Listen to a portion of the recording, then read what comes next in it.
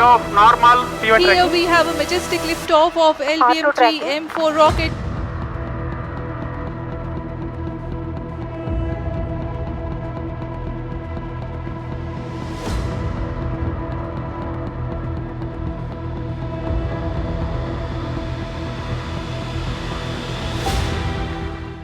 अगस्त 2023 के बाद आज का दिन यानी कि 2 सितंबर 2023 तारीख भी भारत के लिए बेहद खास है, क्योंकि आज के ही दिन भारत का मेगा सूर्य मिशन सफलता से लॉन्च हो गया है। भारत का पहला सूर्य मिशन लॉन्च होना भारत के लिए अपने आप में एक बहुत बड़ी उपलब्धि है। इसे आदित्य L1 मिशन नाम दिया गया है। 400 करोड़ के इस मिशन को पूरा करने में आदित्य L1 को करीब 125 दिनों का समय लगेगा। सूरज को स्टडी करने के लिए मिशन लॉन्च किया गया है। इसी बीच में चांद से भी एक बड़ी खुशखबरी सामने आई है। भारत के चंद्रयान मिशन ने भी जैसे एक बड़ा पड़ाव पार कर लिया है। चंद्रयान 3 मिशन को लेकर इसरो ने नया अपडेट जारी किया है। इसरो ने लैंडर विक्रम और रोवर प्रज्ञान के बीच की दूरी का एक ग्राफ शेयर किया है, जिसमें दिखाया गया है कि प्रज्ञान पहले लैंडर से पश्चिम की तरफ जा रहा था, बाद में इसने दिशा बदलकर उत्तर की तरफ चलना शुरू कर दिया। इसरो ने 50/50 स्केल के आधार पर बना ये ग्राफ साझा किया है। इस ग्राफ के जरिए बताया गया है कि रोवर अब तक 101.4 मीटर की दूरी तय कर चुका है।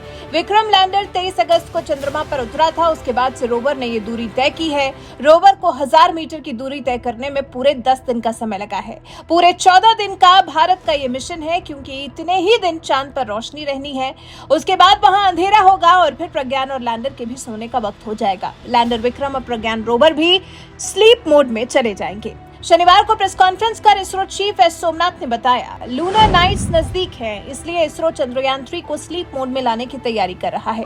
चंद्रयान 3 मिशन 14 दिनों का है। 2 सितंबर को इसका 11वां दिन है, यानी प्रज्ञान के पास साउथ पोल रिसर्च के 3 दिन और बाकी हैं। The good news is that the rover has moved almost 100 meters from the lander, and we are going to start the process of making both of them sleep in the coming 1 or 2 days, because it has to withstand the night. So until we hear about them later, so I would like to say big thanks to each one of you for the support. उसके बाद चांद पर अंधेरा हो जाएगा, क्योंकि चांद पर 14 दिन के उजाले के बाद 14 दिन अंधेरा रहता है।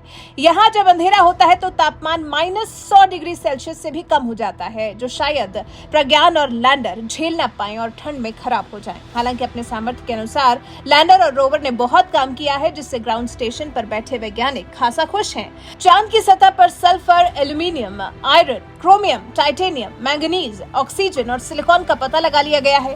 हालांकि खोज अभी तक खत्म नहीं हुई है, क्योंकि रोवर यहाँ हाइड्रोजन ढूंढ रहा है, ताकि पानी बनाने की पॉसिबिलिटीज खुल सके। और फिर तापमान, क्रेटर जैसी चीजों का भी रोवर ने पता लगाया है। अभी तो 3 दिन का समय और बचा है। क्या पता अभी इन 3 दिनों में रोवर को और क्या कमाल दिखाना है। 1 सेंटीमीटर प्रति सेकेंड की गति से चलता है रोवर।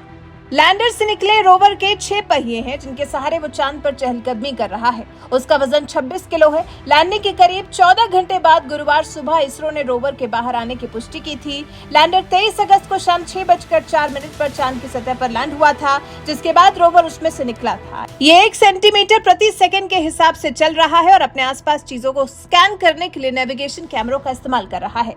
ये भारत के लिए किसी बहुत बड़ी उपलब्धि से कम नहीं है। और फिर भारत ने आज दूसरी उपलब्धि भी हासिल कर ली है। भारत का सूर्ययान आज लॉन्च हो गया है, जो सूर्य के बारे में जरूरी जानकारियां उपलब्ध कराएगा। फिलहाल तो सूर्ययान को पहुंचने में ही 125 दिनों का समय लगेगा। उसके बाद सूर्य के नजदीक जाकर वो सूर्य के बारे में ऐसी जानकारियां ढूंढ निकालने का प्रयास करेगा, जिससे दुनिया अभी तक अवगत नहीं है।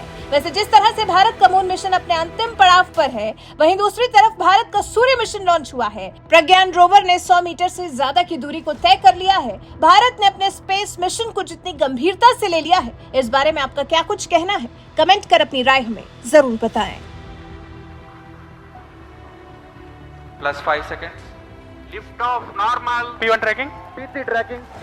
Magnificent lift off of PSLV C57 with Aditya L1 on board. +15 seconds.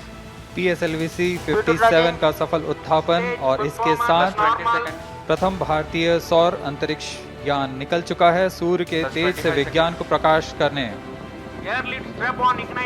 इसके साथ ही एक और कदम है अंतर्ग्रहीय सफर में भारत की उपस्थिति सिद्ध करने का।